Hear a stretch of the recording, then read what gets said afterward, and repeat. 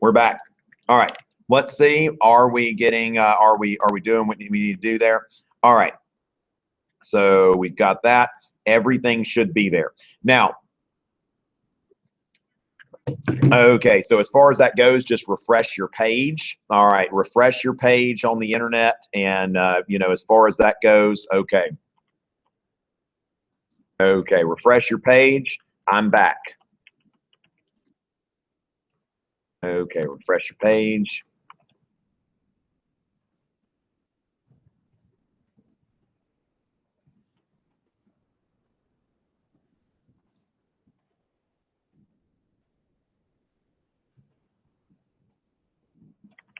Okay, so I'm back. Refresh your page. So we'll go ahead and do that.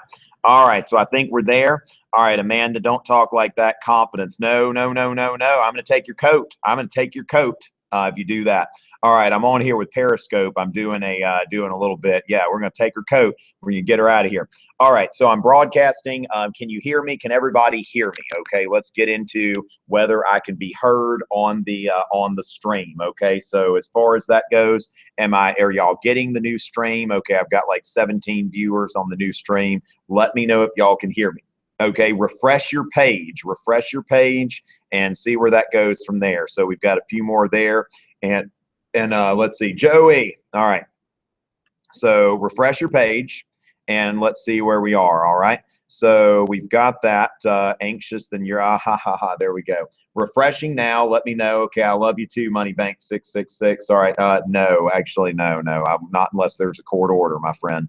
All right, so see you on the flip side. Strive for a 5, Ian. All right, there we go. About to turn off the phone, Zach Miller. I hope that works. Yeah, there we go. All right, so can you hear me? Can you hear me on the actual live screen? Live stream. Renee in Illinois, of course I'm acknowledging you. Okay, so Renee, I'm on Periscope making sure this works. Okay, so but if y'all can tell me whether y'all can hear the live stream, whether I've continued the, you know, whether it's all fixed, we can hear you. Okay, excellent. Thank you, Miss Jansen. So it looks like we have fixed that. Now, if y'all will let me know if there are audio issues, sometimes this particular mic has had some issues. Carol Crabtree, we'll see. All right, but you got a shout out right now. All right, so as far as that goes, we've got that. So Renee and her friends, excellent. All right, so down Periscope, because it looks like we're back. Just refresh tomrichey.net, and we are back. Thank y'all for the hearts. All right, so as far as that goes, let's see what we've got here. All righty then. Okay, so so we've got that, and let's see. Let me go ahead and figure out that. Okay, so we've got some notifications. Let's see what Twitter's telling us. All right, I tell you what. Wait, is that wait over there in Kentucky? Wait, is that Emily's class there? All right, so so very good. We see them right there, and wow, looks like your teacher there at Henry Clay High School is pregnant. Okay, but yeah, so we're just going to go ahead and tweet that. Thank you so much.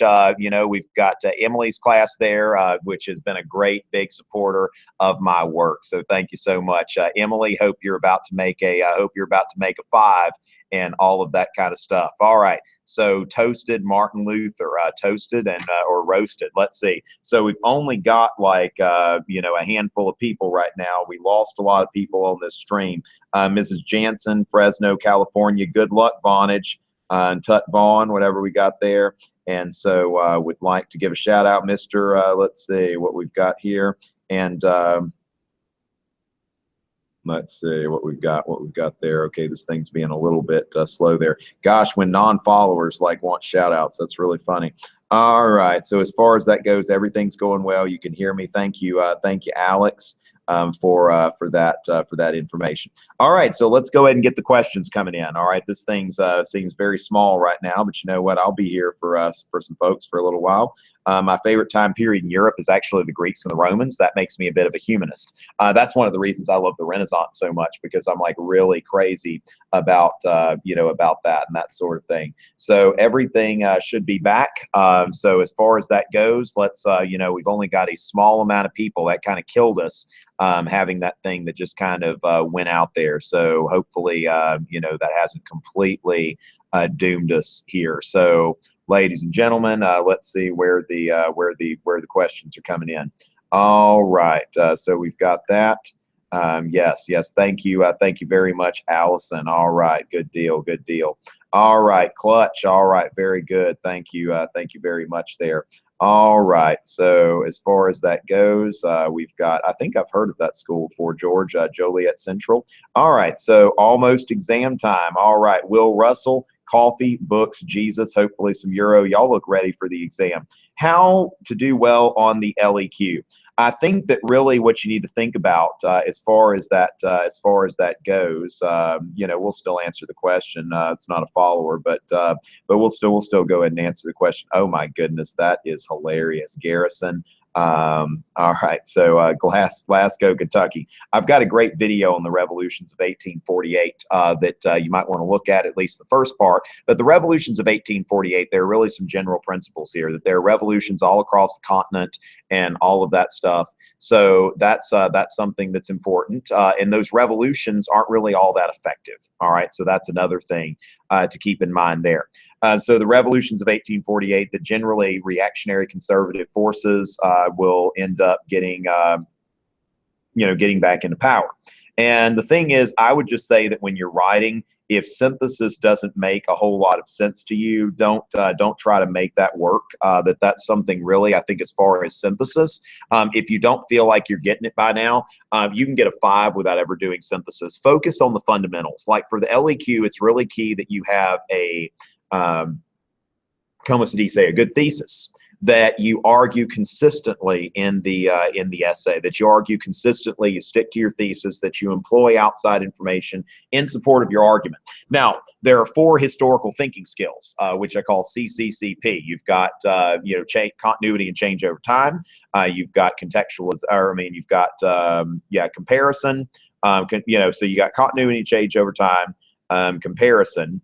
Then you've got periodization, and I'm having a Herman Cain moment here. What was the other one? You got 4 thinking skills, but basically answer the question, okay?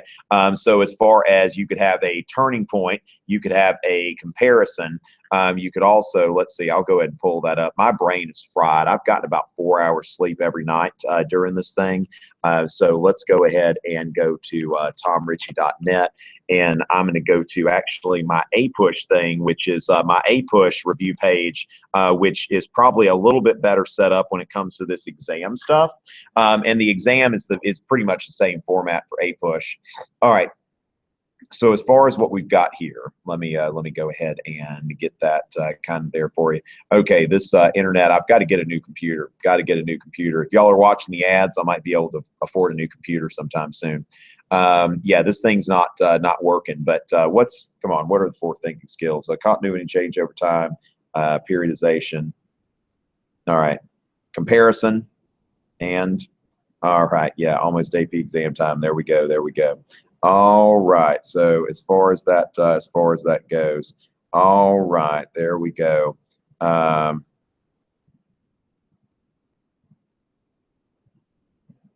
Okay, but basically, then I can tell. Oh, Miss Huff's class. Oh my goodness, Renee. Sometimes I forget you're in Miss Huff's class. Miss Huff's like one of my favorites.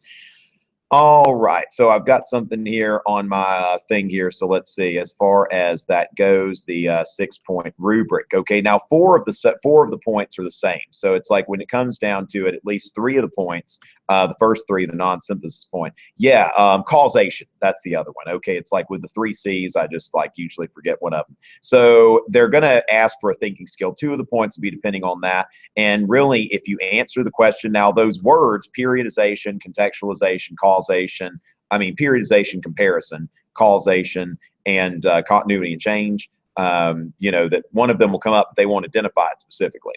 Now, the thing is, you know, which you can see the difference a good night's sleep makes. I haven't had a good night's sleep. And so, you know, that's the thing. So hopefully y'all got a good night's sleep last night and all of that good stuff.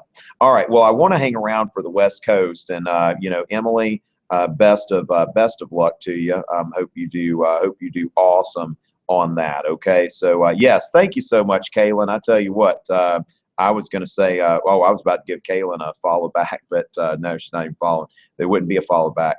So anyway, the live review is the greatest thing. Thank you so much, Yavi, for saying that. I'm glad y'all think that. economic interventionism. Now, Keynesian economics was something after World War I that John Maynard Keynes wrote, The Economic Consequences of Peace. He was a British economist who criticized, basically the Versailles peace settlement. He was like, doesn't make any economic sense. And so he kind of got on the map by doing that. And then, Keynesian economics is about basically being willing to spend money, especially during time of a depression or recession or something like that, that you would, you would invest in shovel-ready projects and infrastructure and all of that kind of stuff. And so you should intervene. All right. Now, then there's Adam Smith, of course, with the invisible hand, that there should be free trade, that the government should not intervene in the economy. Now, Jean-Baptiste Colbert, the architect of Louis XIV's mercantilist policies, this is the sort of thing that Jean-Baptiste Colbert, a very visible hand with mercantilism, that there should be a, government regulation of trade and that sort of thing. Okay, so as far as that goes, that that's something that I think is a is a good sort of thing there. All right, so Mr. Summer, whenever you're ready, let's go ahead and come in anytime. Now, of course, the socialists, of course, they were for, intervention, whereas the classical liberals were not for government interventionism. Although you see the rise of the welfare state later with labor parties and that sort of thing. So after World War II, the British, adopt the National Health Service and a whole lot of other, kind of welfare state sort of things there. All right. So we may have Mr. Summer coming in to give us a little bit of assistance. I'm going to do a few shout outs. A lot of y'all want shout outs and that sort of thing. So let's see what's going on. Bobby Rogers 48, Jenna Divine 5. Thank y'all for the follows on Instagram. Little Mac and Ryan. Stephanie, hopefully you can hear stuff now. I think it's all good now. All right. So as far as that goes, let's see. Somebody took a photo. Shout out to Tom Richey, ZD Kraus. Thank you so much. Okay, so I need to send Brett the link. Okay, so let's see about that. Let me see about that. Oh, there we go. Okay, so Brett, let's go ahead and get Brett the link so that he can come in from New York. If y'all were in my Cold War hangout the other night, Brett was helping me out with that. Okay, so oops, wrong one. Okay, so actually wrong one. I need to go and give him this new link. All right, so let's see.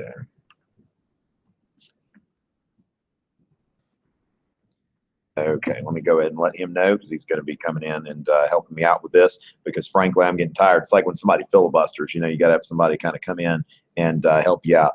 Okay, Amelia, you have made your point. Amelia, you have made your point. All right, so thank you. You have been noticed. All right, she can usually light spamming after about like 10 or so. It's kind of like it's okay to stop. All right, amazingly Migos. But thank you very much, Emily. And, she's got a SoundCloud. Oh, my goodness. Okay, I'll follow back. Why not? All right, so we got that. And let's see about that. ZD Kraus, thanks for the shout out. And then we've got Abby, 15, breakfast with Richey. All right, awesome. Which I tell you what, that class is one of my favorites out there in California. So very much there.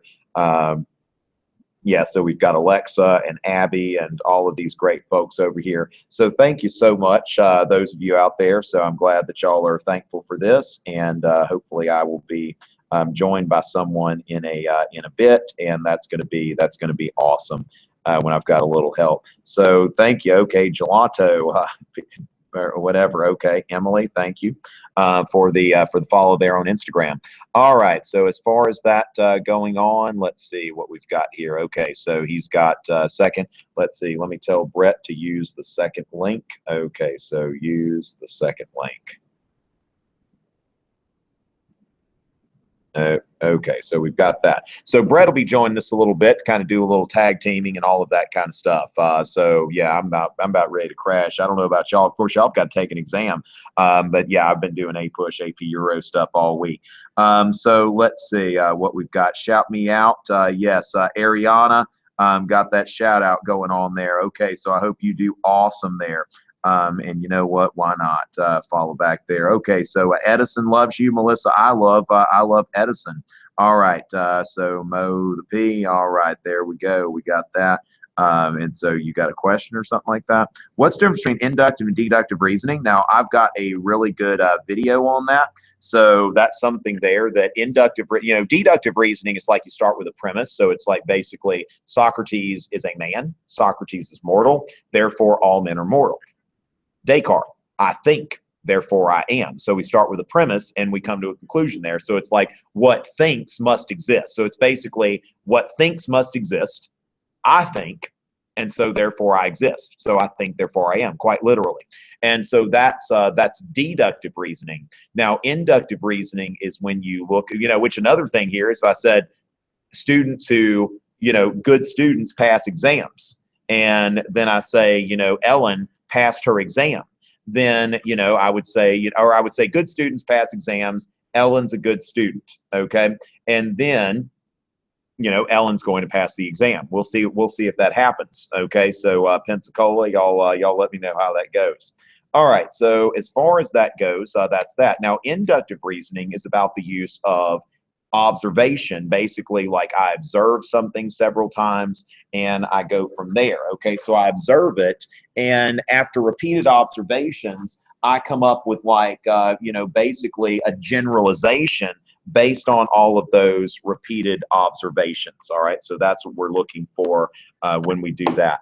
I'm messing with a few things, plugging my phone in. Let me know if there are any technical difficulties that result. We've had a few things kind of go haywire during this thing, but we'll get it going.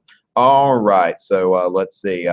Fanny and Evan and Bryn, Michaela, Kat, Grace, Catherine, Lindsay, Jason, Evan, Ted, Kane, Ella, Justin, Bratney, Nicole, Rafi, Lucy, Janie, Elena, Alicia, and all of you. We got a lot of people added on Snapchat. Thank y'all very much, especially if you're going to be an A-Push next year. Remember, I do all kinds of stuff for that, and thank y'all for the ads and all of that kind of stuff. Okay, so what have we got? What have we got going on here from Haley at Pinnacle? You should live stream so you can spam. I am live streaming right now.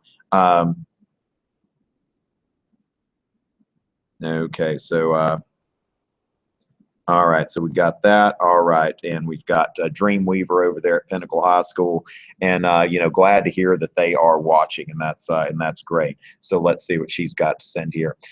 All right, let's see. We're going to try this email. Okay, so let's see what's going on there. Okay, so I'm still trying to get Brett in here. All right, AP Euro, hype it up. All right, I tell you what, it looks lit over there at Pinnacle High School. Okay, thank you. Hey, Pinnacle High School. One of these days, I hope to get out to Phoenix and say hi to y'all because y'all have been great. All right, and Sabrina. Okay, ready to go. All right, Sabrina, which she's probably okay. Okay, let's see what's going on with Buffalo Brett and see about that kind of stuff. All right. Oh, okay. You know what? I need to go. Okay. So let me see what I can do here. Okay. So I need to invite. Okay. There we go. So let's see. Okay. I'm so brain dead. I'm sending him the wrong stuff. Okay. Try the one I just sent. Okay.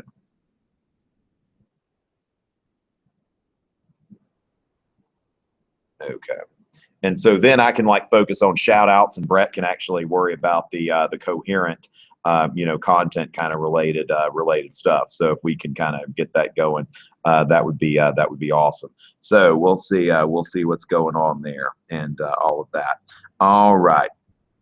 Let's see. We should see him coming in pretty soon and that sort of thing. Okay. So, all right. So, ladies and gentlemen, let's see what else we've got here. Okay, so which the East Coast is taking about their stuff. Rousseau was a philosopher during the Enlightenment, which had a bit of an influence on the French Revolution, because as far as this goes, Rousseau had this idea in the social contract of the general will. Okay, the general will.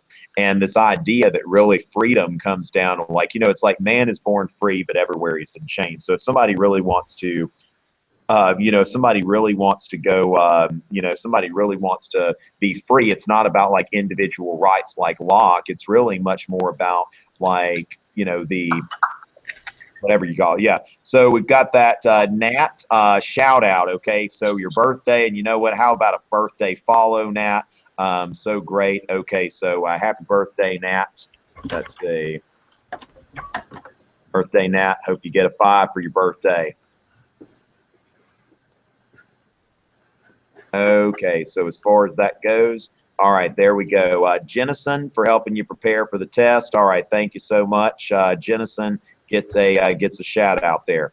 All right, so as far as that, binge watch all those vids. There you go. Get them in and look at the guides. Like right now, I'm pretty much dead. All right, as far as the brain. So I'm going to start kind of moderating, and we've got Mr. Summer here in Buffalo, New York, who is going to help kind of over some content oriented stuff. Now, Brett, do you have some advice first and foremost for folks, or? Well, I think that your app is a fantastic tool, especially at the last second here to review content. It's just a great, you know, I knew that would make you happy. All right. It's like I was involved in politics for 10 years or something. Yeah. Still not too late to buy Romulus and see POV, another AP teacher besides me. So great. Thank you so much, Mr. Summers. Yeah, that was perfect. That was perfect. All right. So what last minute advice do we have for these kids who really, I mean, we've kind of, you know, by this time we're about to probably lose our central time folks. We've got, you know, as far as the East Coast already taken the exam. And so what do you tell your own students at this point? You know, at the last second here, what I tell my kids is, number one, if you've studied and you're prepared, you're ready for this, right? And have faith in yourself. You'd never, if you're an athlete, you'd never go, you know, like to run track and say, you know, I'm the slowest person here, I'm going to lose this race. You'd never step up to the plate as a baseball player and say, there's no way I'm hitting this ball, right? Even if you have to lie to yourself as you sit down to that test, convince yourself that you are ready for this, because having the confidence as you sit there and handle the questions, having the confidence in yourself that you are going to be successful really does make a difference. I teach a lot of great kids here outside of Buffalo, New York, and you know, some of them I teach 10th graders, AP Euro, and they've never seen a test like this before. They've never seen multiple choice questions like this before, and they start to question themselves. Sit down for that test. You know, when I used to be in college, I used to just sit down and focus and almost meditate and convince myself that, you know, I'm smart, I've studied, and gosh darn it, I'm getting a 5 on this exam. You know, it really will help you, you know, especially because you're here studying. And before I forget, since we're on the West Coast, even though I live outside of Buffalo, New York, I am a Sun Devil. So if I have some people out there in Arizona, go Devils. So that's my best last second advice there, Mr. Richey. Yeah, and I think that's great. Like I've said before, you know, on my Snapchat story, I was saying, you know, the key is to trust yourself. Brett, we'll go to you when you're not talking. Let's see. There we go. All right. Because I'm echoing over there. Okay. So the thing is, the key is to trust yourself. That at this point, that you have nothing to lose by trusting yourself. And certainly, when you're more decisive, you'll make decisions faster. Like, I mean, if you trust yourself, you know, you're going to be able to complete the multiple choice in time. It's like, look, this feels wrong to me. That you can't be 100% certain of every answer. So trust your instincts. Trust yourself. And at this point, like, I mean, there's really nothing you can do here. Like there's nobody is in a better situation because they lack confidence and because they are not trusting themselves. You think about an athlete, like you said. So that's really the most important thing at this point.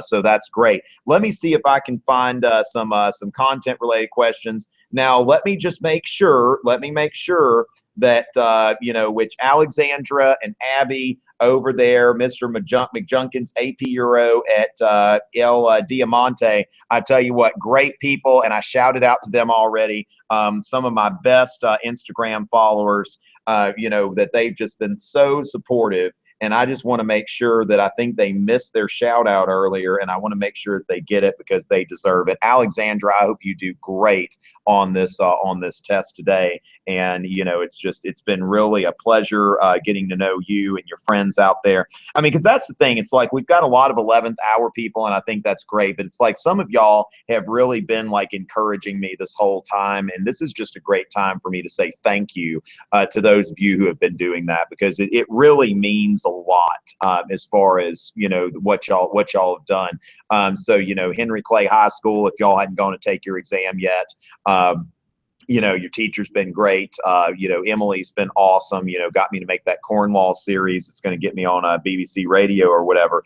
Which, Brett, you're actually somewhat of an expert on the corn laws. You want to talk about like the reform in 19th century Britain and the corn laws and all that? Oh Lord, yeah.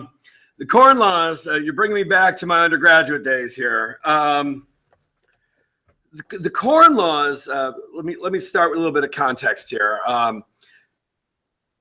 The aristocratic and gentry class, which is in control of Great Britain in the late 18th, early 19th century, is making their money from farming, right? And there's a lot of relevancy with the corn laws and such to today. And I'll perk Mr. Richey up here on the idea of free trade and whether or not you impose tariffs on imports. And there's a lot of continuity here or synthesis. So in the late 19th, early 18th century, the corn laws were a series of regulations, taxes on imported grain, because the British upper class was making their money from their large landed estates. So if they would tax imports, if they would tax foreign grain coming in, they could sell theirs for more. Let me just roll back a second. When they're called the corn laws, this isn't about corn. It's just a general term for all grain, barley, rye, wheat, all of those things. So what happens over time, though, as England industrializes, and you have people, because of enclosure and other things, moving towards the cities, you have the beginnings of this industrial working class living in these rapidly growing, rapidly crowded cities who want food. And like all of us, we want to pay less money.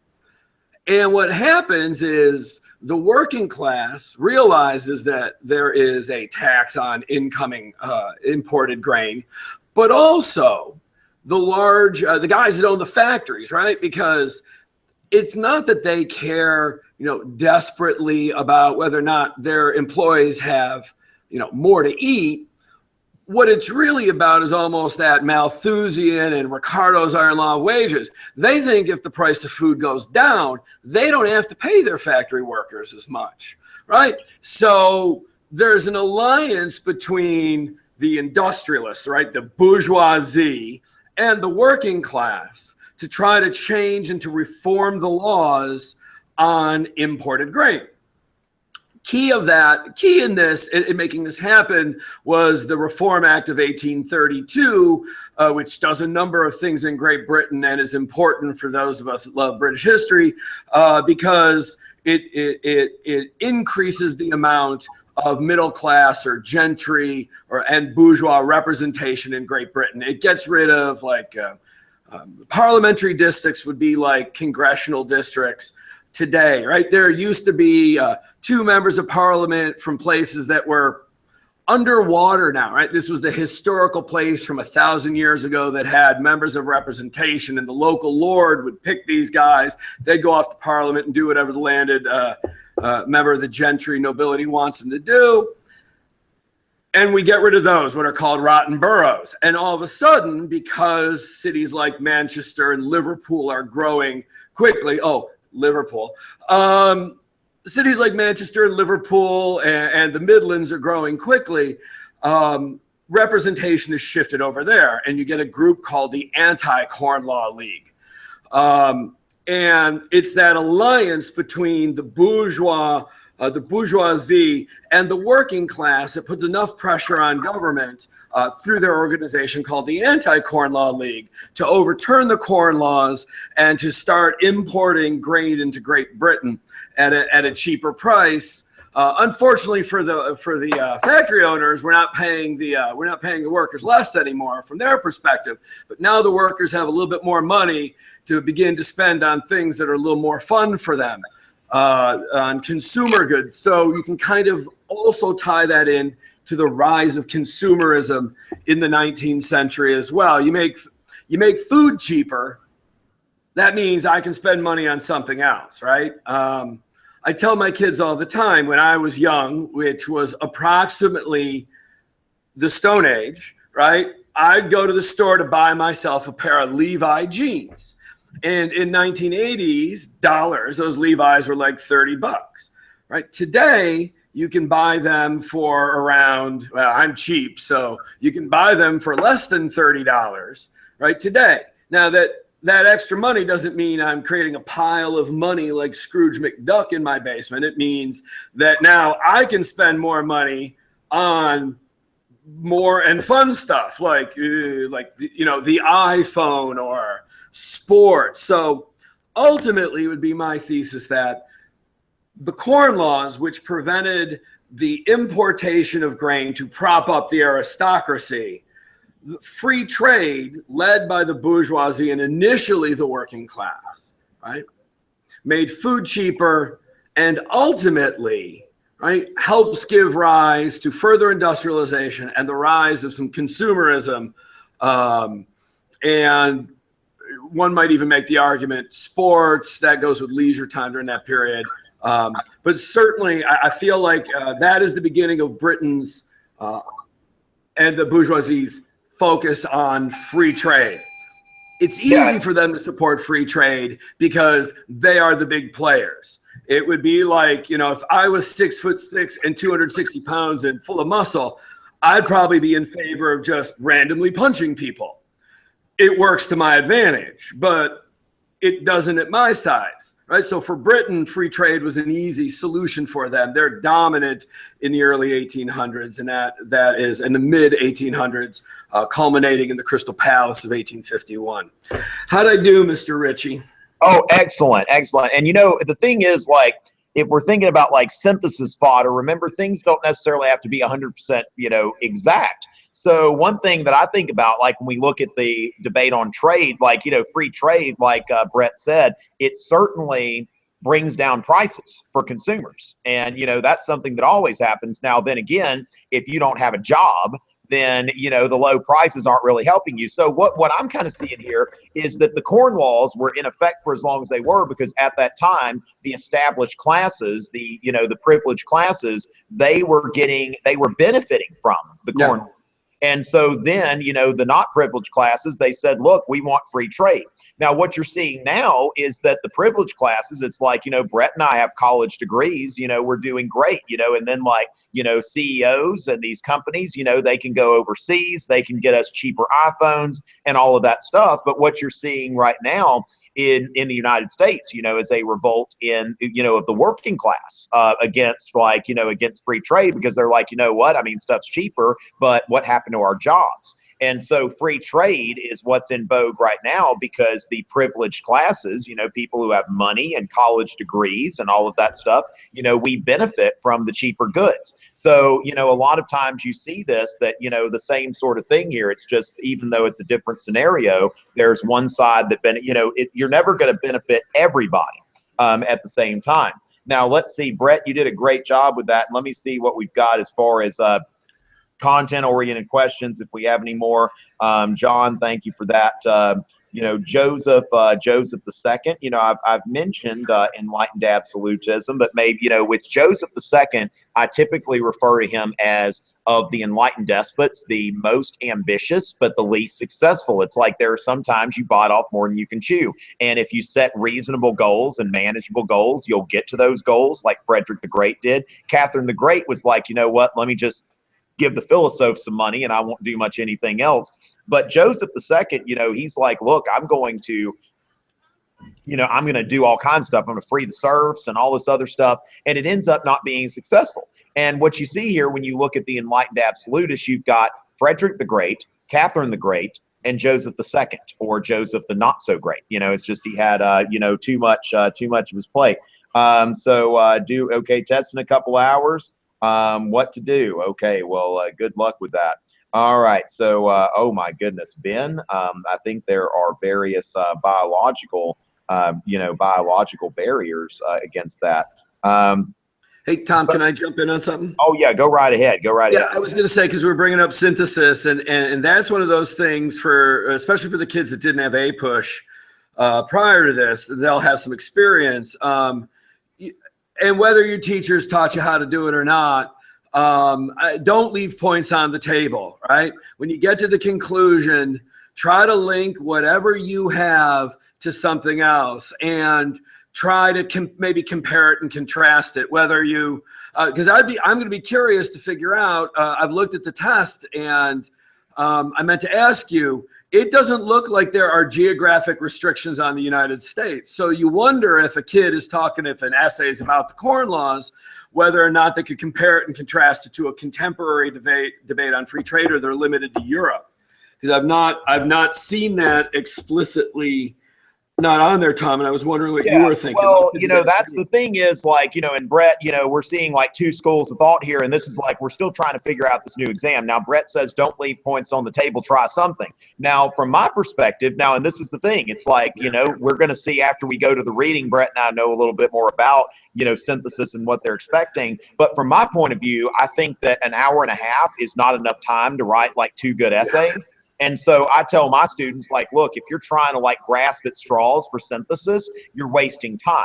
That's a good point. Doing something else, working on a thesis, working on information and stuff. So the way that I do it, I tell my students, don't worry about synthesis, and that gives you extra time that you're not trying to struggle with that. So, depending. Now, if you feel somewhat confident, if synthesis falls into your lap and you're like, hey, I've got a comparison here, but it advances the argument. But the problem is a lot of people don't understand. A lot of teachers, I'll admit, I still don't know exactly what they want. So that's kind of my perspective on that. So depending on, really just let it happen, be cognizant of the time that you have, and think about where you're going to make your investments, okay? Because if you write a good thesis, and remember, a good thesis should make a clear statement, and it should typically be followed by a preview of points. Like there should be reasons why you're arguing this. So typically I recommend, if you've got 3 points that you're saying that support your thesis.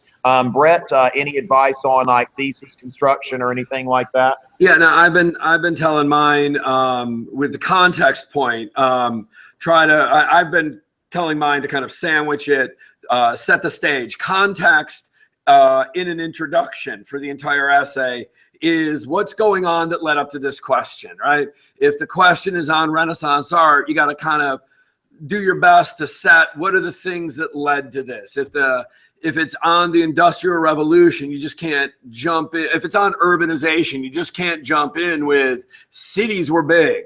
You got to start telling us a little bit about why cities grew. And from my perspective, and again, Tom is exactly right. We're both readers. We talk to other readers.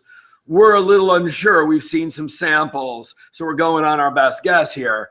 But context, I think we all feel like set the stage. Most people I've talked to said, try to get it in the intro. It makes sense to me. But thesis, number one, your thesis needs to be something that is defensible. I agree with Tom. I'm a big fan of a 3-point thesis, right? It can't be social, political. There were many social, political, and economic causes. It can't be something bland like Hitler was bad, or even Hitler was bad for many reasons. You got to be explicit and specific. And the thing with that, guys, the reason you really do want to focus on the thesis is that's your introduction. Let's say you're going to go meet your girlfriend or boyfriend's parents, right? You're not going to show up in a pair of ratty pants and, I don't know, a cutoff t-shirt. Well, hopefully you're not, but you're going to try to look nice because you want to make that first impression. And for the readers, right? That's your introduction to them. That is your first impression. And if you lead off with a strong thesis that is explicit, that is defensible, that, oh, you know what, more than anything else, I'm going to look right in the camera for this one, answers the question. You need to answer the question. As a matter of fact, if your teacher gave you, Stephen Mercado has a review book out there, and Stephen's like one of the DBQ writers, right? He even puts in there ATFQ, answer the freaking question. So the guy that helps write the DBQ is telling you, answer the question. I would think it is one of our biggest problems when we go read is you see something, it's got a lot of facts, even there's some argument, and then you're like, well, what are you arguing here? Make sure it's defensible. Make sure it's explicit. You're giving me explicit reasons why.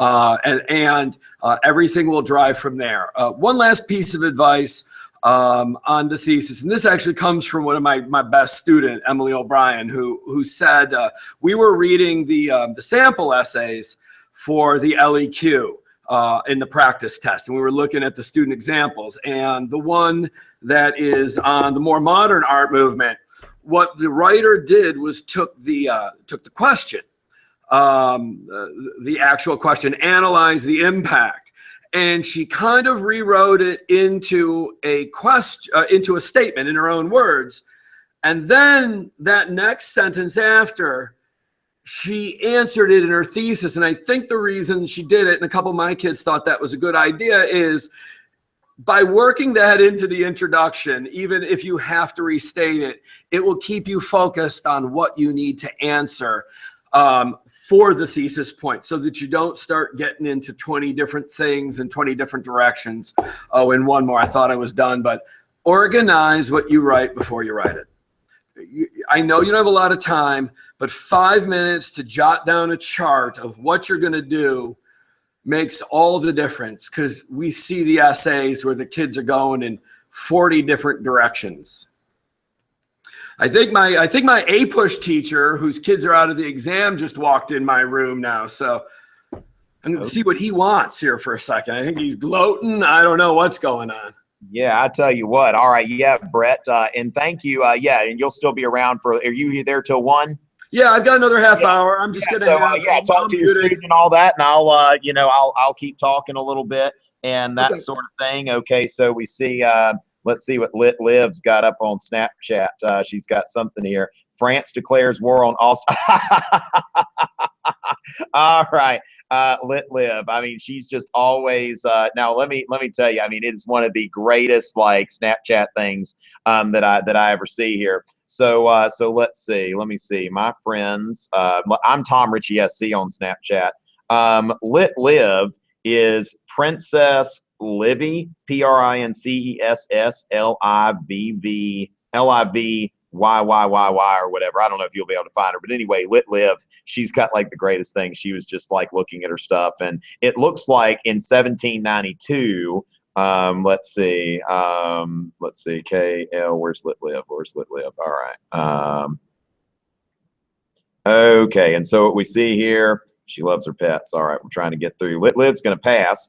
And so in 1792, April 20th, 1792, France declares war on Austria. Okay, so Austria didn't get lit on 420. Okay, whatever. She thought that was a key date for whatever reason, right? But Lit Liv is always studying, and she's looking at a timeline of the French Revolution. I think that timelines are important. If you've got a study book that's got a timeline and all of that kind of stuff, just make sure that you got that. Okay, so let me let Lit Liv. Let me let Lit Liv know that we're shouting out to her. Okay, so as far as that, as far as that goes, Lit Liv is going to pass her test.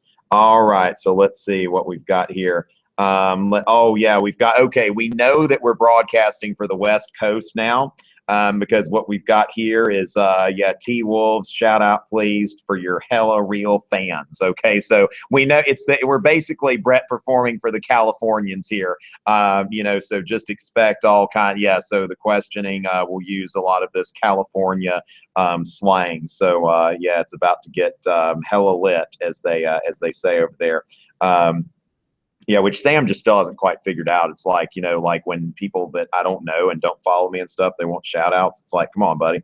What are the causes and the outcome of the Second French Revolution? What are we talking about? You're talking about like the 1831. Really, Brett, have you really seen a lot about the 1830 revolution on any exams? Like, I mean, I know the 1830 revolution happened, but it's really not something that I've seen emphasized on exams before. You there, Brett? Yeah, I'm sorry. He just walked out of the room. Oh. Okay, the 1830 French Revolution, is that something you've said? That's not really something I've ever seen emphasized on the exam. No, I just would mix that in your mind with 1830, 1848, right? Nationalism being the general emphasis that's going on. I mean, I could see him on the multiple choice, maybe putting a document from 1830 there and then trying to capture the idea of the rise of nationalism, but I would expect a short answer question specifically on 1830. Okay, yeah, and I think really 1830, you're substituting one monarchy for another monarchy, and so you're not really going from like a republic to an empire. So really, I'd focus on the French Revolution and the French Revolution of 1848. Yeah. Now, the thing is, who are the most important popes? I don't really see a lot of popes named necessarily. Now, one thing I have seen before, maybe John Paul II, who was the Polish pope at the end of the Cold War, who was a staunch anti-communist. Now, note that doesn't necessarily make him a capitalist, all right? That it really is like the Catholic Church, you know, was an anti-communist institution. Of course, communism is, typically an atheistic philosophy.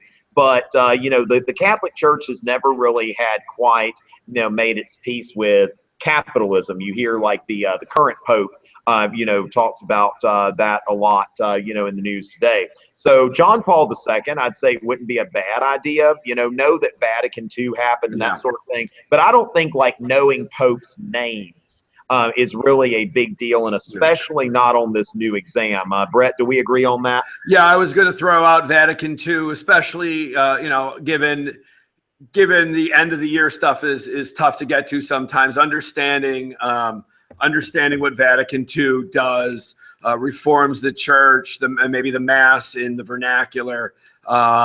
Vatican I, once in a while. I'm even drawing a blank on the Pope's name that opposed Italian unification. Maybe, I don't remember his name, but knowing the church opposed unification would probably be good enough. Mm-hmm. So the church, yeah, it's like the church had a difficult relationship with the Italian unifiers because they wanted a nation. Okay, when you think about the French Revolution and creating a nation, that you've got to, you got to do something about the established church and all that. So yeah, the Catholic Church very much resisted Italian unification. Juliet Stevenson, thank you so much for your support and all of that kind of stuff. And the Anglo-Dutch Wars. Now, of course, as far as Louis XIV, one of his big wars was the Dutch War. And while Charles II was the King of England after the Restoration, Louis and Charles actually teamed up against the Dutch. And so the British brought their navy against the Dutch, Louis invading on land. And, you know, that war, now the Dutch are able to maintain their independence, but the these wars, the Franco-Dutch War, Anglo-Dutch War, it does put the Dutch Republic into a good bit of debt and begins the period of the decline of the Dutch Republic. Whereas it had been like in the in the 17th century, Amsterdam was like the center of commerce, really of global trade in a lot of ways, and that is going to decline after that. But I think knowing that the Dutch were very dominant in trade for a period of time is important. And I love the Dutch. I spent like a month in the Netherlands, and I'm hoping to come back. If y'all watch enough ads, I'll be able to go back to the Netherlands one of these days, hopefully sooner rather than later. Tom, I'd probably throw in with the Dutch the idea of religious toleration as it ties into their trade as well. I think those are the two big concepts that might come up with them during that period. Is that the Dutch had a fairly tolerant society. It was a place where the Pilgrims and the Jews that had to leave Spain went to, and I think those probably are the two big ideas. But they're never gonna have to memorize the opening of the dikes to flood out the fields to win certain wars. Because even I don't remember all those details, but the big picture stuff, especially a couple hours before the exam, keep in mind 17th century Dutch trade and tolerance probably are the two big things that come out of that. All right. Yeah. So, which that's very important. That really, when it comes down to it, I learned a good bit about Dutch history and all that. And the Dutch Revolt, now that's another thing. I've seen the Dutch Revolt come up before, and that's really a big part of that is that Philip II, was a big enforcer of Catholic uniformity. And so, yeah, that's the thing, that a lot of the Jews that were kicked out of Spain, they went to what was then the Spanish Netherlands. And Philip II is like, I want to bring the Inquisition over there, which that was one of those parts of Europe where Catholics and Protestants, for the most part, were learning how to kind of coexist with each other peacefully, almost in a Khrushchev kind of mentality. And, so as far as that goes, yeah, the toleration and the domination of trade in the 17th century. And so as far as that goes, I've got an unrelated call here, but a former AP student of mine who passed 2 exams. So let's hear it. What's up, man? Hello?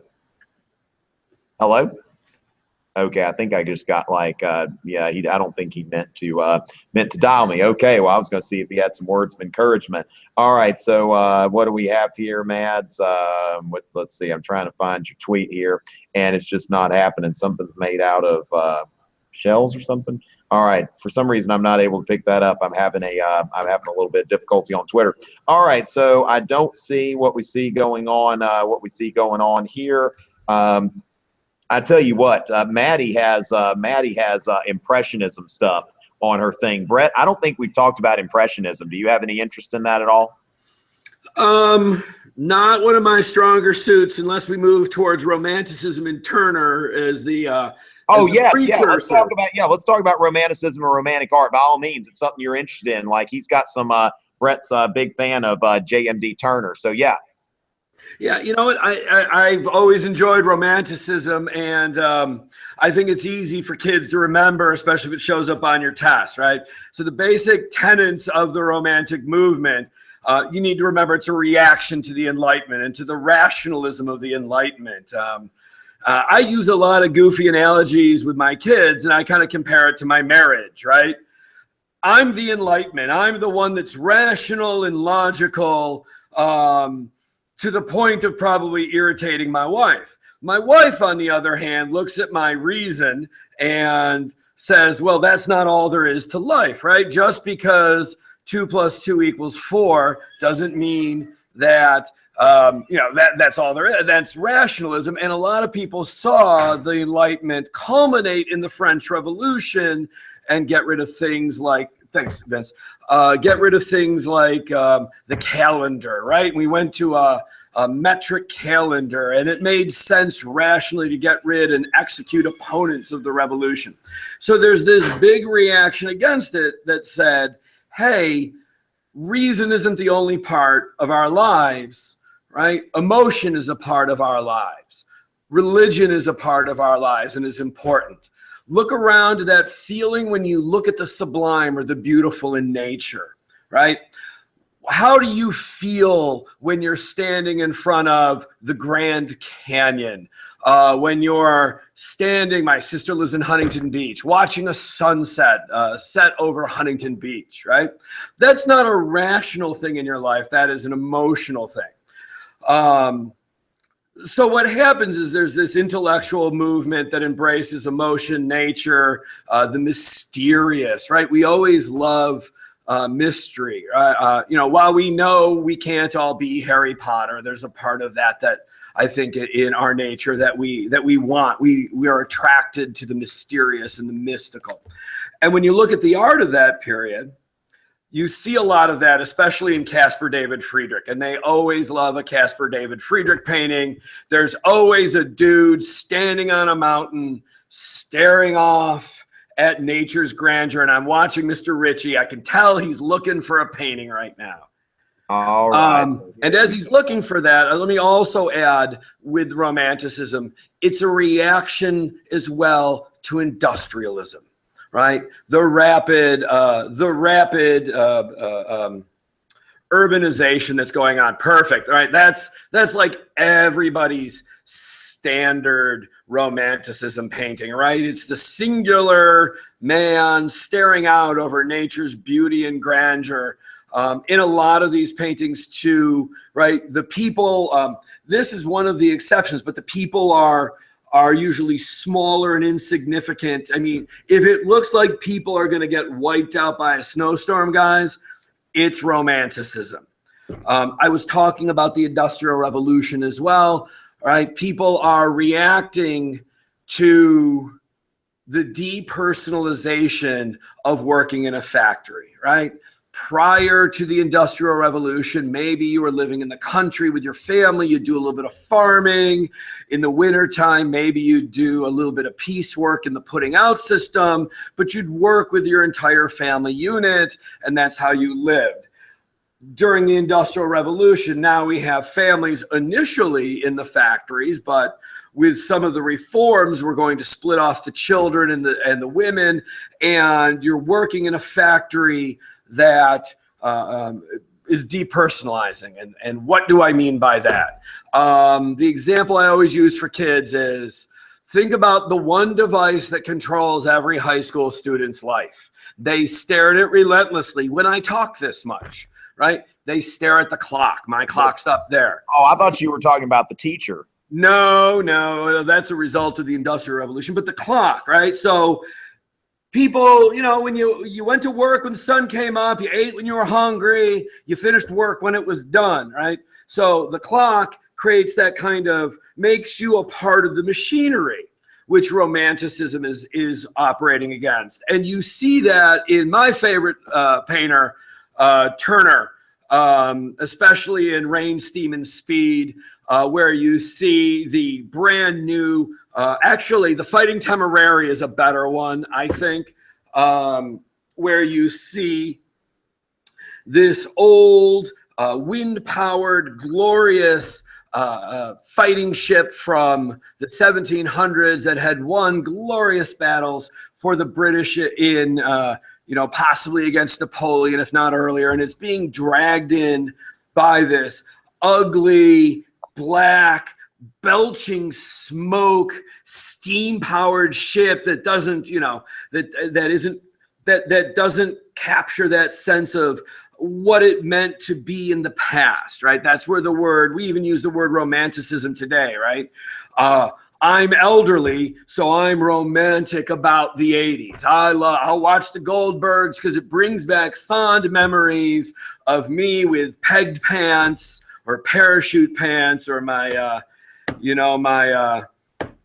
the West Coast hardcore band, my Social Distortion shirt, and that's what Romanticism is. And you can see that in Turner. So they're glorifying the past and history. So I could probably go on even more with it, but I think we've kind of captured the sense of it. I think all I'll add is, if you look at Turner, you begin to see Turner's painting. He is the forerunner of Impressionism, which is the beginning of not painting as much about what you see and trying to copy it, but what that impression this all makes on you. So they're getting a little less exact, which then you might transition into a little bit of the age of anxiety, but I don't want to get too far afield here. All right. Well, Brett, thanks for that. And a shout out to Mr. Abreu, who is evidently the best Euro teacher ever. Okay. So good thing he doesn't have a YouTube channel, because I'd probably get shut down. Cleveland High, watching Breakfast with Richey. Thank you so much with, the AP Euro class over there. Thank y'all for that. And let's see, from California, okay, which Brett, you kind of got on the, Impressionism. We talked about that a little bit. So we've really got where our audience seems to be growing just a little bit. We got a West Coast audience. I'm about to sign off. I might hit up Periscope for the Californians when I get home, because like at 1 o'clock, I'm going to shut down here. I'm going to go home, and maybe at some point, I'll get on for like kind of a last minute session with you West Coasters, okay? But we're going to be here just a few more minutes. Now, remember, while I'm not on, as Brett said when he got on here, my Romulus app that, of course, you should be able to see, kind of like your last chance here for some last minute cramming, okay? So Romulus Euro. So still a little bit of time to get a hold of it, and lots of good stuff there for some last minute cramming. And of course, there is a Romulus a push when that you can get right at the start of that. So I've got some guides here on the website. When you look at tomrichey.net here, let's see, .hangouts, okay, the AP Euro review page, periods of modern history.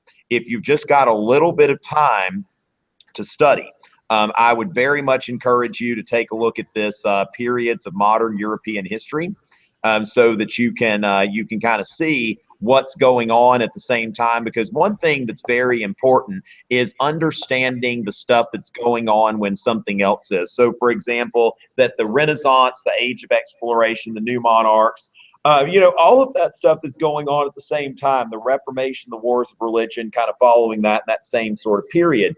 Then the Age of Absolutism, that you've got the Scientific Revolution, Commercial Revolution, British Agricultural Revolution, the English Civil War, mercantilism, all of that stuff. If we can associate mercantilism with absolutism, that I would say, Brett, that some of these questions are basically just as easy as word associations. Like although AP, that they set up these questions to look very complicated, and it ends up being just like, okay, did you know like what mercantilism was, or if it was going on with that? Brett, are you noticing some of the same trends? Yeah, I was going to say, we did your multiple choice handout in class, and then went over some of the multiple choice, and you're exactly right. Start with the document. Don't obsess on, oh, I'm sorry, let me wind this back a little bit. If you guys haven't seen it before you walk in, you should take a look at Mr. Richey's multiple choice guide, because there's a lot of really good advice on there. Especially, and I'd never thought about it until I read it, Tom, about how maybe you only need the document for 1 or 2 questions, right? And then before you obsess on the document, what I did with my kids, and I think this works, is look at the date, in parentheses, identify the period it's talking about. Like there was one that was a historian from 2008, and the kids go, well, this is 2008. No, then you have to look at the topic. So the multiple choice is generally going to be organized by periods. The first so many will be period 1. So the first one on the sample test is about mercantilism.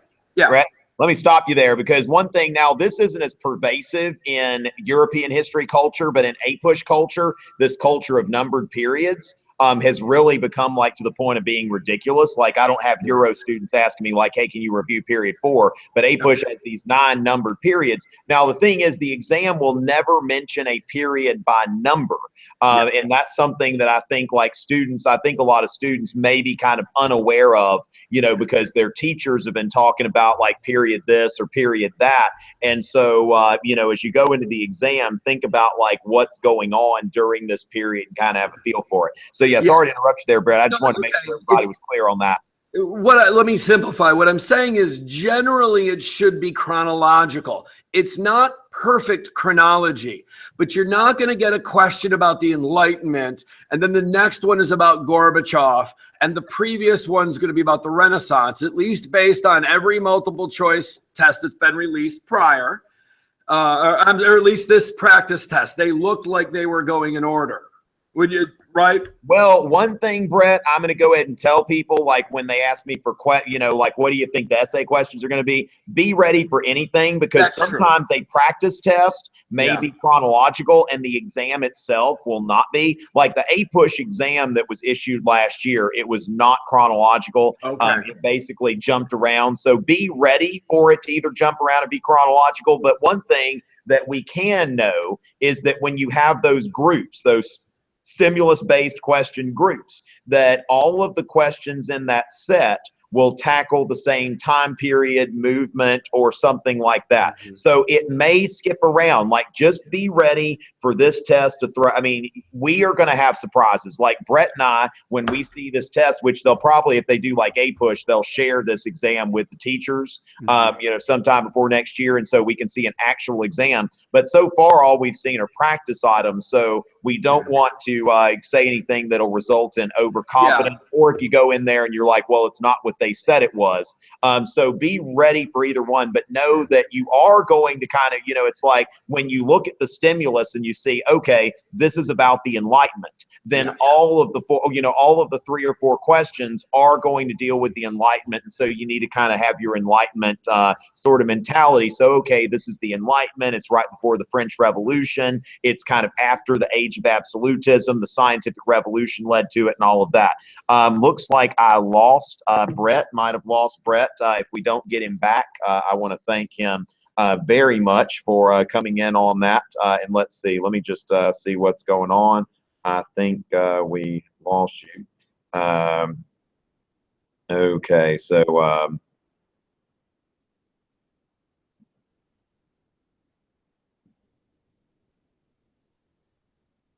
all right. So as far as that goes, just to just to note there that be ready for anything, but know that the question set is going to focus on that. So when you're thinking about the multiple choice, what I say as far as the stimulus, context is the context of the stimulus is more important than the content of the stimulus. That it is going to be more important that you understand the period that is around the stimulus and have a good grasp of that than you actually understand what's in the stimulus, because the majority, like at least half the questions are asking like general questions about the period, sometimes more specific questions about the period, and then out of a 4-question set, maybe on one of them it'll be asking about the stimulus specifically. One of them it might be related to the stimulus, and then no, and then on another one it won't be related to stimulus at all. One thing that I encourage students to do is to read the question without like the prepositional phrase like such as described in the passage, because if you read it without that and you can still answer the question, then it's just a straightforward question. But sometimes they try to make you think it has something to do with the stimulus, and it really doesn't. So identifying that, which on the AP Euro exam, now this doesn't seem to be true for A-Push, but for AP Euro, it seems like the first question in the set is the most immediately relevant to the stimulus and connected with it. And as the question set keeps going to like question 3 and question 4, that you have less relevance to the stimulus, and in some cases no relevance, that the only help that the stimulus gave you is to place the question set within a certain period or movement or something like that. All right, and Brett, we're going to be signing off pretty soon. Thanks for coming back, and any just last words before you head out? Good luck, guys. You deserve to be commended for challenging yourselves. A lot of people take the easy path, right? They'll take an easy grade in an easier class. Regardless of how this turns out for you, and I know you're all going to do great, you deserve to be commended for it.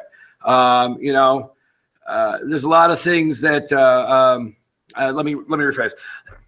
You guys just deserve at your age to be putting yourself out there, working hard, taking the path where you're gonna challenge yourself. And I think colleges see that.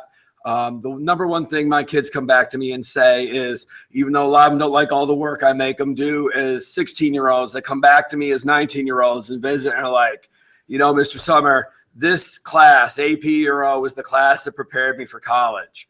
So you can feel confident knowing you've prepared yourself, you challenge yourself for that next level, where I feel like a lot of college professors aren't doing 4-hour hangouts with you before a big exam. So, you know, high school is kind of the last place where your teachers are, you know, care about you a lot and want you to succeed. So good luck. You guys will be fine. Be confident, and then just relax and enjoy yourself for the weekend. And go Devils. All right. Well, there we go. Well, thank you very much, Brett. Always a pleasure. And we'll be in touch soon. And I'll actually see Brett at the AP Euro reading in a few weeks. So excellent. All right. So so the thing is, I mean, the sky's the limit, people. That, you know, I mean, just get, you know, go in there, be confident. And I'm about to sign off, but I am, you know, I do have the Romulus Euro app that you can, you know, some last minute review, like even if you're waiting for the exam to start, you know, before you have to give up your phone, you can get on there. I've got that handout, some handouts there on tomrichey.net/hangouts, that handout with the periods. And I would just kind of put it into my head before I go in. This is what's happening about the same time as this. Okay. So to make sure that you understand the concurrent movements and all of that kind of stuff. So thank y'all so much. I may broadcast a little more when I get home. So you West Coasters, look on Twitter. You might want to put notifications on for me for a bit, and you'll be able to see if I'm periscoping or if I'm doing another little like West Coast brief hangout or something like that, because I want to make sure that those of you on the West Coast, the West Coast is the best coast, right, Brett? Which, you know, point of view, East Coasters. Yeah. Yeah, someone just walked in. Sorry, one of my fellow yeah. teachers walked in. This guy here, right there. Yeah, So, look at him. there we go. Hey there. Yeah, so West Coast is the best coast. California That's right. love all that kind of stuff, and Washington, Oregon, all that. So I may be back for you in some capacity or another, but, you know, look at those resources I've got online. You know, maybe watch one of my videos or something like that. Yeah. And, you know, there we go. So so thank you again, and I will see y'all again soon. And remember, if you're taking a push, I do a push as well, and I will be glad to help you in that subject. So please stay in touch, and hopefully I'll be seeing a lot of you next year. Until next time, and go get them.